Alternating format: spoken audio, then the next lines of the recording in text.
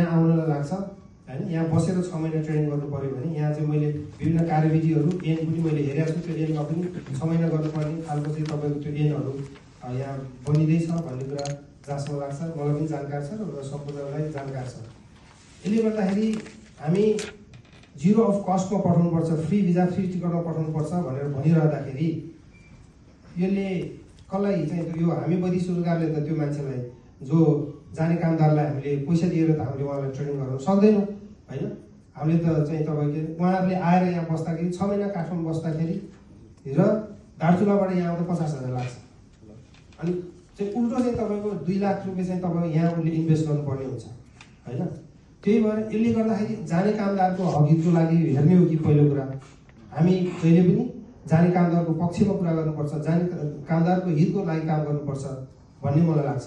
त्यसैले यो प्रशिक्षणको अझ यो चाहिँ तपाईँको राष्ट्रिय व्यवसाय प्रतिष्ठानको चाहिँ मेन उद्देश्य अझ यो फ्री अफ कस्ट हो भने राम्रो नै हुन्छ, होइन भने फेरि पनि यो जाने कामदारलाई जाने चाहिँ मान्छेलाई यो चाहिँ तपाईँको के हुन्छ भने यो फेरि पनि आर्थिक भार पर्छ। हामीलाई जिरो कस्ट पठाउनु भनेको छ होइन, पैसा लिनु पाइँदैन। अहिले भर्खरै चाहिँ तपाईँ के अरे हाम्रो अनुगमन पठाउनुहुन्छ होइन। अहिले चाहिँ तपाईँको के अरे यहाँ 50,000मा हाम्रो व्यवसायी साथीहरू 50,000मा पनि चाहिँ पक्रापुर्जी काटेर चाहिँ तपाईँको दुःख पाएको साथीहरू पनि हुनुहुन्छ। 2 करोड रुपियाँ धरोहर राख्नुपर्ने 50,000मा चाहिँ वैदेशिक रोजगार व्यवसायीलाई यहाँ चाहिँ तपाईँ के अरे गर्नुपर्ने यो खालको चाहिँ तपाईँको भइरहेछ। त्यसैले हामी पनि एउटा वैदेशिक व्यवसाय भनेको व्यवसाय मेरो पेसा पनि यही हो र व्यवसाय यही हो, मैले राम्रोसँग बुझाएको छु, हाम्रो सम्पूर्ण व्यवसायी साथीहरूले बुझ्नुहुन्छ। यदि कसैले नराम्रो गरेको खण्डमा त्यो हामी पनि त्यो चाहिँ तपाईँको हाम्रो सङ्घले त्यसलाई पनि कारवाही गर्छ भन्ने म यहाँलाई जानकारी पनि गराउँछु। यसको मेरो उद्देश्यतिर म जान्छु। यहाँहरूले आफ्नो उद्देश्य त भन्नुभयो होइन।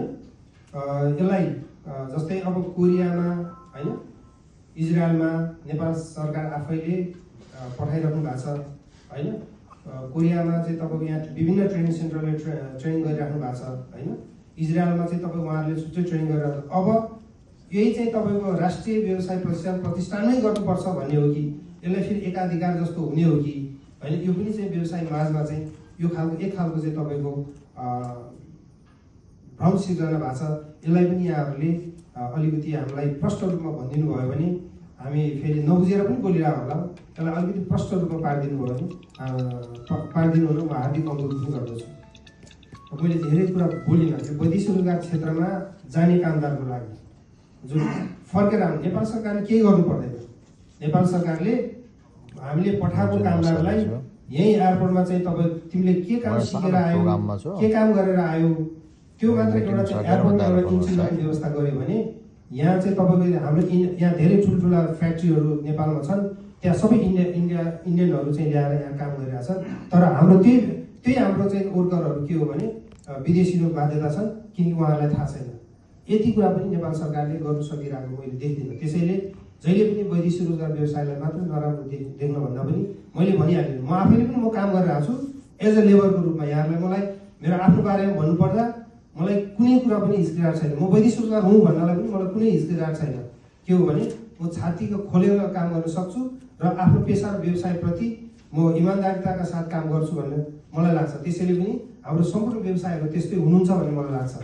त्यसैले यो एउटा चाहिँ तपाईँको के हो भने यो जाने कामदारलाई पनि यहाँहरूले त्यति गर्नुभयो भने अझ राम्रो हुन्छ। यहीँ पनि अब अर्को कुरा मैले यो राष्ट्रिय व्यवसाय प्रशिक्षण प्रतिष्ठानले फेरि पनि जाने कामदारलाई बाध्यताकारी चाहिँ नहोस् यो चाहिँ, किनभने कोही मान्छे त बाहिर गएर आएको हुन्छ फेरि जान चाहन्छ, फेरि उहाँले फेरि पनि त्यही प्रशिक्षणमा चाहिँ तालिम दिएर जानु पर्यो भने उहाँको 6 महिना लस हुन्छ। यहाँ 6 महिना ट्रेनिङ भन्ने खालको चाहिँ तपाईँको मैले एनमा कता कता मैले देखिरहेको छु। त्यो चाहिँ के हो मलाई त्यो जानकारी छैन, नभएको र मैले फेरि थाहा नभएको र मैले यहाँहरूलाई भने मात्रै हो। यहाँहरूले मलाई प्रश्न पारिदिनुहुन्छ, हाम्रो व्यवसायमा प्रश्न